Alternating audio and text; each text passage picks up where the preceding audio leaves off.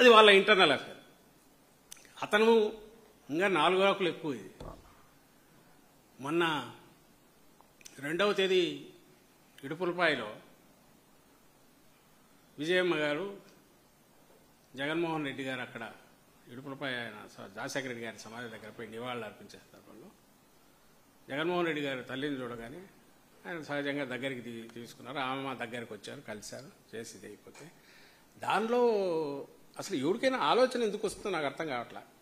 ఎక్కడ దొరుకుతుంది, మూమెంట్ ఎట్లుంది అని చూడాలనే ఆలోచన రావడమే ఆశ్చర్యం. అందులో తనకు తాను కాబోయే ముఖ్యమంత్రి, రాష్ట్రాన్ని ఏలాలనుకుంటున్న వాడికి ఆ దరిద్రపు ఆలోచన ఎందుకు వస్తుంది నాకు అర్థం కావట్లా. అది ఒకసారి యాక్చువల్ వాస్తవం ఏంటి, అతను ఏదో నిన్న పెట్టినట్టు ఇది వాస్తవం జరిగింది. జగన్మోహన్ రెడ్డి గారు వస్తారు, ఎవరో దండం పెట్టి ఇలాగ అమ్మ దగ్గరికి వస్తారు, అమ్మ దగ్గరికి తీసుకుంటారు, తర్వాత ఇది వాస్తవం. తర్వాత మళ్ళీ వెళ్లే ముందు కూడా మళ్ళీ అతని దగ్గరికి వస్తారు. దాంట్లో ఒక పార్ట్ ఎక్కడితో తీసుకుని అసలు నా ఫస్ట్ క్వశ్చన్ వచ్చి, ఇందులో ఎవరికైనా చూస్తే ఎక్కడ మూమెంట్స్లో ఏదైనా దొరుకుతుందా, మనం దాన్ని ఏ రకంగా చూపొచ్చు, లేదా ఆ రకంగా మ్యానిపులేట్ చేయడానికి స్కోప్ ఎక్కడుంది అనే ఆలోచన ఎవరికైనా వస్తే అంతకంటే దరిద్రుడు ఎవరన్నా ఉంటాడా? ఇది నా ప్రశ్న.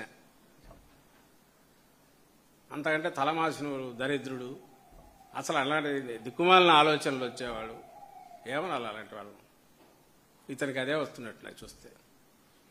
అంటే ఎవరో అన్నారు అసలు వాళ్ళది ఎన్టీఆర్ హైదరాబాద్ ఎన్టీఆర్ ట్రస్ట్ బిల్డింగ్ ఏదో ఉంది కదా, అక్కడ ఇప్పుడు ఏమి పొలిటికల్ ఏం లేదు కాబట్టి మొత్తం ఈ ఫేక్ న్యూస్ ఫ్యాక్టరీ అక్కడి నుంచి నడుస్తున్నాయి. వాళ్ళ పని ఏందంటే జగన్మోహన్ రెడ్డి గారు ఎక్కడన్నా బయటకు వెళ్ళినా అక్కడ అన్ని పెట్టి ఫ్రేములు చూసుకుంటూ ఏ రకంగా ఎక్కడ ఇచ్చేయచ్చు, దాని డిపార్ట్మెంట్ పని అది ఉన్నట్టున్నారు. సో వాటిలోంచి ఏదైనా దొరికితే ఇది ఏదో జరిగింది, ఇది కావాలని వీళ్ళని ఆర్గనైజ్ చేశారు, ఇంకోటి ఏదో చేశారు. అసలు నాకు తెలియక అడుగుతా, విజయమ్మ గారికి జగన్మోహన్ రెడ్డి గారికి సంబంధాలకు సంబంధించినంత వరకు నీ ఆనందం ఏంది, నీ సునకానందం ఏం కావాలనుకుంటున్నావు? వాళ్ళు కొట్టుకోవాలా, కొట్లాడుకోవాలా, వాళ్ళు ఒకరినొకరు పలకరించుకోకూడదు,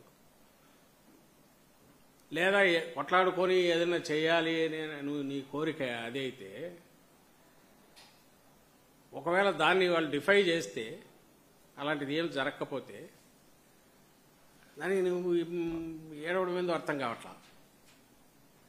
దానికి ఏడుస్తున్నారా? మనకు అసలు అర్థం కాని విషయం ఏంటంటే, పోనీ నీకున్న అర్హత ఏంది? లోకేష్ ఆయనకు వాళ్ళ తండ్రి చంద్రబాబు నాయుడు గారు, ఆయనకు ఇద్దరు చెల్లెళ్ళు, అక్క చెల్లెళ్ళు అంటారు, 2 చెల్లెళ్ళు ఉన్నారేమో, అది కూడా ఎవరికి తెలియదు. రాజశేఖర రెడ్డి గారి కుటుంబము, జగన్మోహన్ రెడ్డి గారి కుటుంబం అంటే అందరికీ తెలుసు. వాళ్ళు ఎవరో తెలియదు 2 చెల్లెళ్ళు. ఎవరికైనా వాళ్ళ పేర్లు తెలుసా? అసలు లోకేష్కి వాళ్ళకు గుర్తుపడతాడా? లేదా వాళ్ళని ఎప్పుడైనా దగ్గరికి తీసినారా? చంద్రబాబు నాయుడు వాళ్ళ చెల్లెళ్లతో ఎన్నిసార్లు కలిసి ఉంటాడు? వాళ్ళ కుటుంబాలు కలిసి ఉంటాయా? ఏమిచ్చాడు అసలు? ఈ మధ్యనే రిచెస్ట్ చీఫ్ మినిస్టర్గా వచ్చినట్టున్నాడు చంద్రబాబు నాయుడు గారు. I'm not talking about Lokesh వాళ్ళ ఆయన భార్య ఆస్తి కాదు, చంద్రబాబు నాయుడు ఆస్తి గురించి.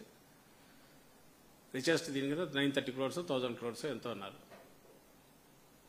ఎంత ఆస్తి ఆయన ఇచ్చాడు చెల్లెళ్లకు? తమ్ముడికి ఎంత ఇచ్చాడు? తమ్ముడు ఒకప్పుడు ఎమ్మెల్యేగా ఉండి, అది కూడా ఈయన అడ్డం పడినా కూడా అప్పుడు బహుశా ఎన్టీఆర్ లక్ష్మీపార్వతి వాళ్ళు ఇప్పించినట్టున్నారు సీటు, ఒకసారి అయినట్టున్నాడు, తర్వాత కాంగ్రెస్లో నుంచి అయినట్టున్నాడు. సో ఆయన మళ్ళీ కాంగ్రెస్లోకి వెళ్ళినట్టున్నాడు.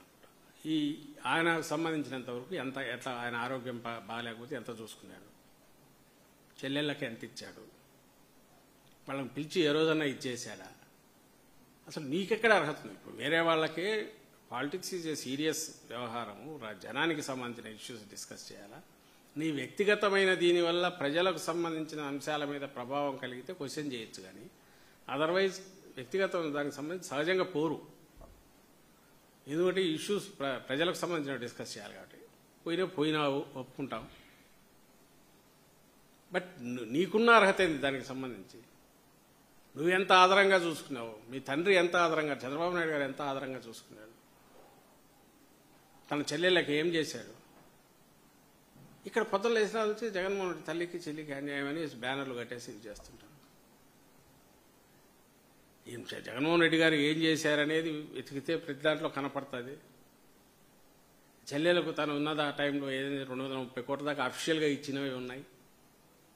ఆస్తులకు సంబంధించిన పబ్లిక్ డొమైన్ నుండి నడుస్తున్నాయి.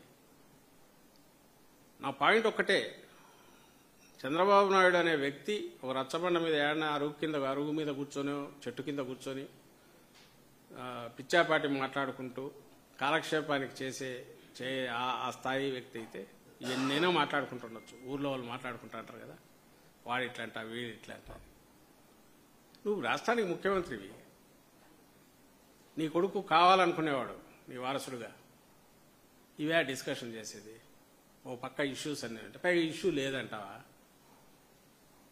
వైజాగ్ స్టీలు మొత్తం డిపార్ట్మెంట్లన్నీ ప్రైవేటైజ్ అయిపోతుంటే ప్రైవేటైజేషన్ ఎక్కడుంది అంటే తాట తీస్తాను. ఎవరో నోరెత్తితే అడిగితే ప్రైవేటైజేషన్ ఎక్కడుందంటే నువ్వు దానికి రావాల్సిన ఓరు సప్లైయే తగ్గిపోయి వాళ్ళు costly raw material preparation costly అవుతుంది. దానివల్ల రోజు రోజుకు అది వర్కింగ్ ఇది తగ్గిపోతుంది. ప్రాఫిట్స్ నుంచి లాసెస్ లేక మీ వాళ్ళే పోతుంది అని ఒక పక్క తెలుస్తుంటే వాటికి ఆన్సర్ ఇవ్వవు. రెండో పక్క 32, 33 ఇచ్చారు. అంతకుముందు కొన్ని డిపార్ట్మెంట్లు అయినాయి. ఆల్మోస్ట్ ఆల్ డిపార్ట్మెంట్స్ ప్రైవేటైజ్ అయిపోతుంటే నువ్వు ఎక్కడ ప్రైవేటైజేషన్ అయింది? ఎవడన్నా ప్రైవేటైజేషన్ అంటే మీ తాట తీస్తా అబద్ధాలు ఆడతానంటే ఎట్లా చెప్పాలి? సో చంద్రబాబు నాయుడు నెక్స్ట్ 3 ఏళ్ళు 4 ఏళ్ళు నాకేమీ డోకా లేదు, నేను ఏం చేసినా చెల్లుతుంది, లేదా నేను ఏ రకంగా నా పాలనలో రాచి రంపాన పెట్టిన ఎవడు క్వశ్చన్ చేయడానికి వీలు లేదు, చేస్తే వాళ్ళను ఏ రకంగా తొక్కి నారదీస్తాను, ఇవి అంటూ ఓపెన్గా బెదిరించడం దుర్మార్గానికి పరాకాష్ట. ఆయనకు చేతనైతే వీటిని పరిష్కారం చేసే దిశగా సమస్యలు ఉన్న వాటిని, ముఖ్యంగా ఇప్పుడున్నది రైతులకు సంబంధించి దాని మీదనే ఇష్యూ, అంత బర్నింగ్ ఇష్యూ ఉంది. కాబట్టి రేపు 9వ తేదీ వైఎస్ఆర్సీపీ తరఫున రాష్ట్ర వ్యాప్తంగా కూడా ఈ రిప్రజెంటేషన్లు ఇచ్చే కార్యక్రమం, రైతులను కూడగట్టి రైతులను తీసుకొని యూరియా కష్టాలు ఎట్లా ఎక్స్ప్రెస్ చేస్తూ నిరసన వినిపిస్తూ ప్రభుత్వాలకు రిప్రజెంటేషన్లు ఇవ్వాలని కూడా నిర్ణయం తీసుకున్నాం. ఇవన్నీ ఎలా జరగగలుగుతున్నాయంటే ఇష్యూ ఉంది కాబట్టి. నువ్వు ఇష్యూ లేదు, అంతా బాగుంది, సమస్య లేదు అని చంద్రబాబు నాయుడు అన్నంత మాత్రాన లేకుండా పోలేదు.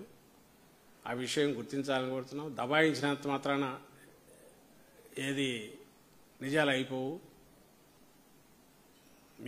మీరు ఫేక్ అనేది చెప్తున్నారో ఆ ఫేక్ మీరు అంటే చంద్రబాబు నాయుడు గారు, మీరు చేస్తున్నది ఫేక్, మీరు వ్యవహరిస్తున్న స్టైల్ ఫేక్. ఇక్కడ జరుగుతున్నది వాస్తవం ఏదే అంటే పాలన అనేది లేదు, అరాచకం, అడ్డగోలుగా ఒక కమిషన్ల రాజ్యం, మాఫియా రాజ్యం నడుస్తోంది.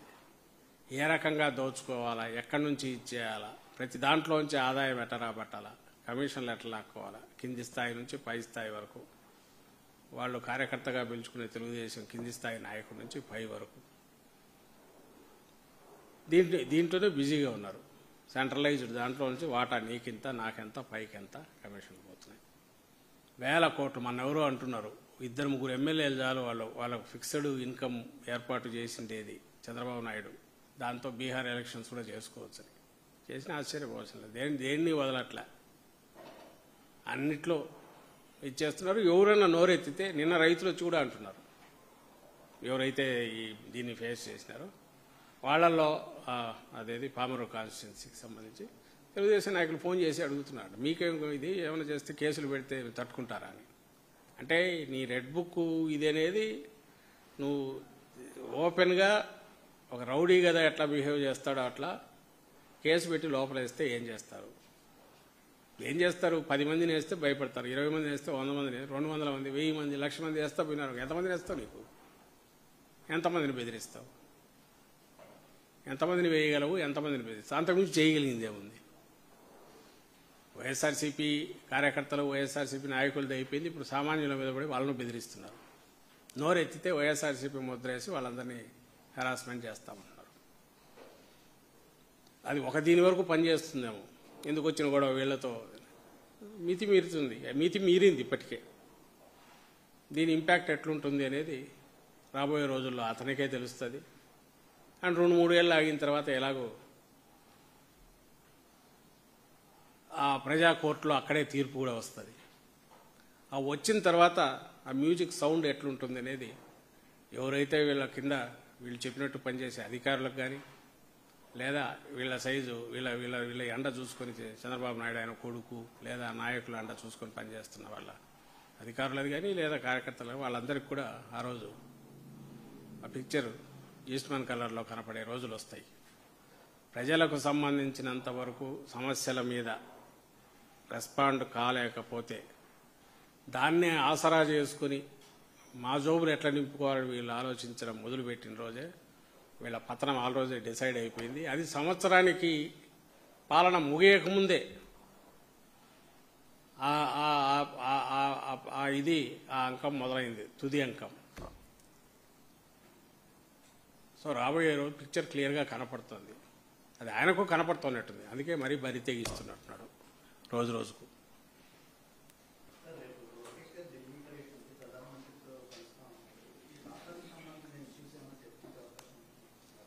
రాష్ట్రానికి సంబంధించి లోకేష్ ఢిల్లీ కాదు, వాళ్ళ నాయన ఢిల్లీ పర్యటన పైన, చంద్రబాబు నాయుడు గారి పైన ఏ రోజు రాష్ట్రానికి సంబంధించిన సమస్యల మీద